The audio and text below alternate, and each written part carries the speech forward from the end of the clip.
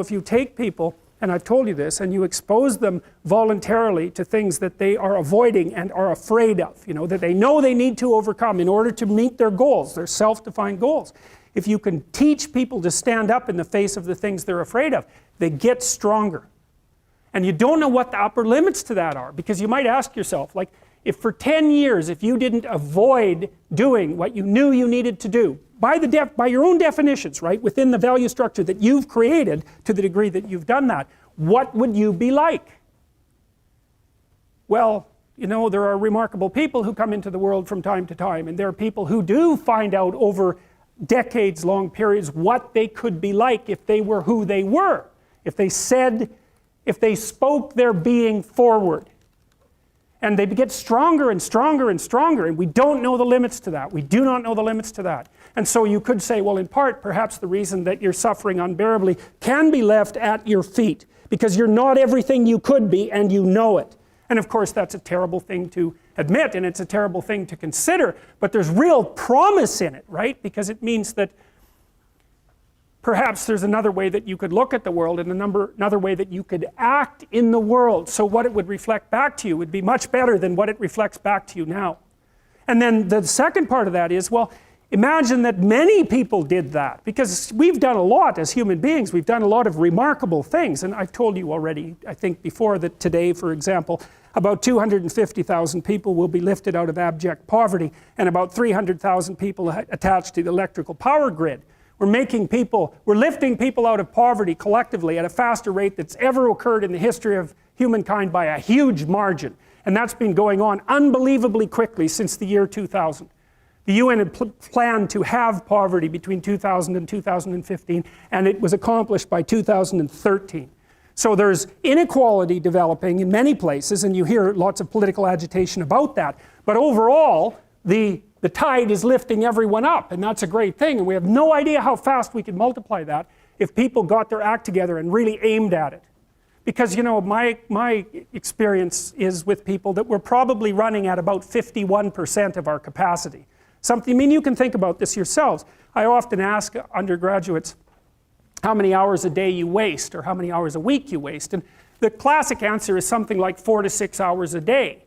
Inefficient studying, watching things on YouTube that not only do you not want to watch, that you don't even care about, that make you feel horrible about watching after you're done. That's probably 4 hours right there. You think, well, that's 25 hours a week, it's 100 hours a month, that's 2.5 full work weeks, it's half a year of work weeks per year. And if your time is worth $20 an hour, which is a radical underestimate, it's probably more like 50 if you think about it in terms of deferred wages. If you're wasting 20 hours a week, you're wasting $50,000 a year. And you are doing that right now. And it's because you're young, wasting $50,000 a year is a way bigger catastrophe than it would be for me to waste it, because I'm not going to last nearly as long. And so if your life isn't everything it could be, you could ask yourself, well, what would happen if you just stopped wasting the opportunities that are in front of you?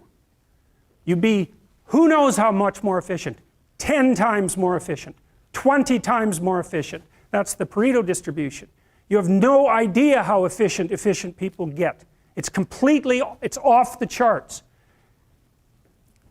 Well, and if we all got our act together collectively and stopped making things worse, because that's another thing people do all the time, not only do they not do what they should to make things better, they actively attempt to make things worse because they're spiteful or resentful or arrogant or deceitful or homicidal or genocidal, or all of those things all bundled together in an absolutely pathological package.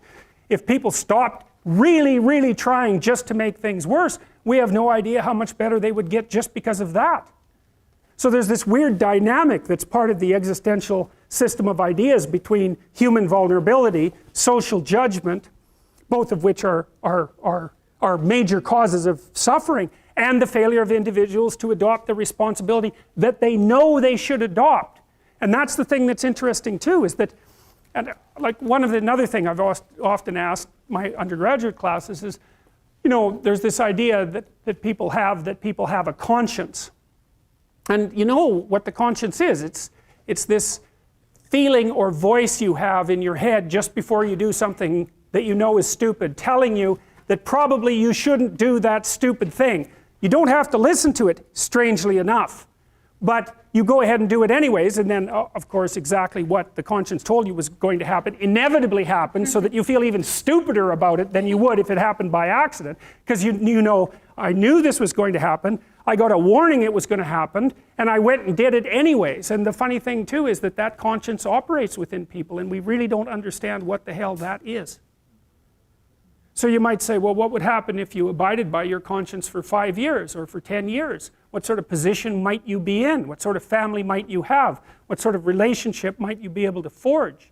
And you can be bloody sure that a relationship that's forged on the basis of who you actually are is going to be a lot stronger and more welcome than one that's forged on the basis of who you aren't. Now, of course, that means that the person you're with has to deal with the full force of you in all your ability and your catastrophe, and that's a very, very difficult thing to negotiate. But if you do negotiate it, well, at least you have something, you have somewhere solid to stand, and you have somewhere to live, you have a real life. And it's a great basis upon which to bring children into the world, for example, because you can have an actual relationship with them instead of torturing them half to death, which is what happens in a tremendously large minority of cases. Well, it's more than that too, because, and this is what I'll close with, and this is why I wanted to introduce Solzhenitsyn's writings to you. You see, because it isn't merely that your fate depends on whether or not you get your act together and to what degree you decide that you're going to live out your own genuine being. It isn't only your fate, it's the fate of everyone that you're networked with. And so, you know, you think, well, there's 9 billion, 7 billion people in the world. We're going to peak at about 9 billion, by the way, and then it'll decline rapidly. But 7 billion people in the world, and who are you? You're just one little dust mote among that 7 billion. And so it really doesn't matter what you do or don't do, but that's simply not the case. It's the wrong model, because you're at the center of a network. You're a node in a network. Of course, that's even more true now that we have social media. You'll know 1,000 people, at least, over the course of your life. And they'll know 1,000 people each, and that puts you one person away from 1,000,000, and 2 persons away from 1,000,000,000. And so that's how you're connected. And the things you do, they're like dropping a stone in a pond. The ripples move outward, and they affect things in ways that you can't fully comprehend. And it means that the things that you do and that you don't do are far more important than you think.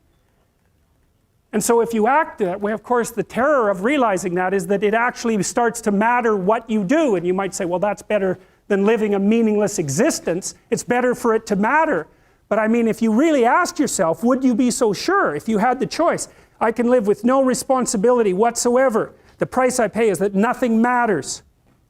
Or I can reverse it and everything matters. But I have to take the responsibility that's associated with that. It's not so obvious to me that people would take the meaningful path. You know, when you say, well, nihilists suffer dreadfully because there's no meaning in their life, and they still suffer. Yeah, but the advantage is they have no responsibility. So that's the payoff, and I actually think that's the motivation. Say, well, I can't help being nihilistic. All my belief systems have collapsed. It's like, yeah, maybe. Maybe you've just allowed them to collapse because it's a hell of a lot easier than acting them out.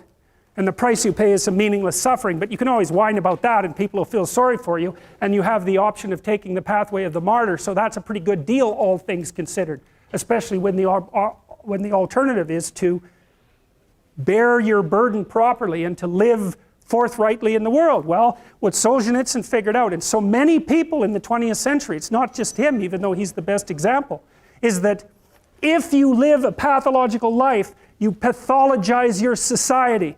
And if enough people do that, then it's hell.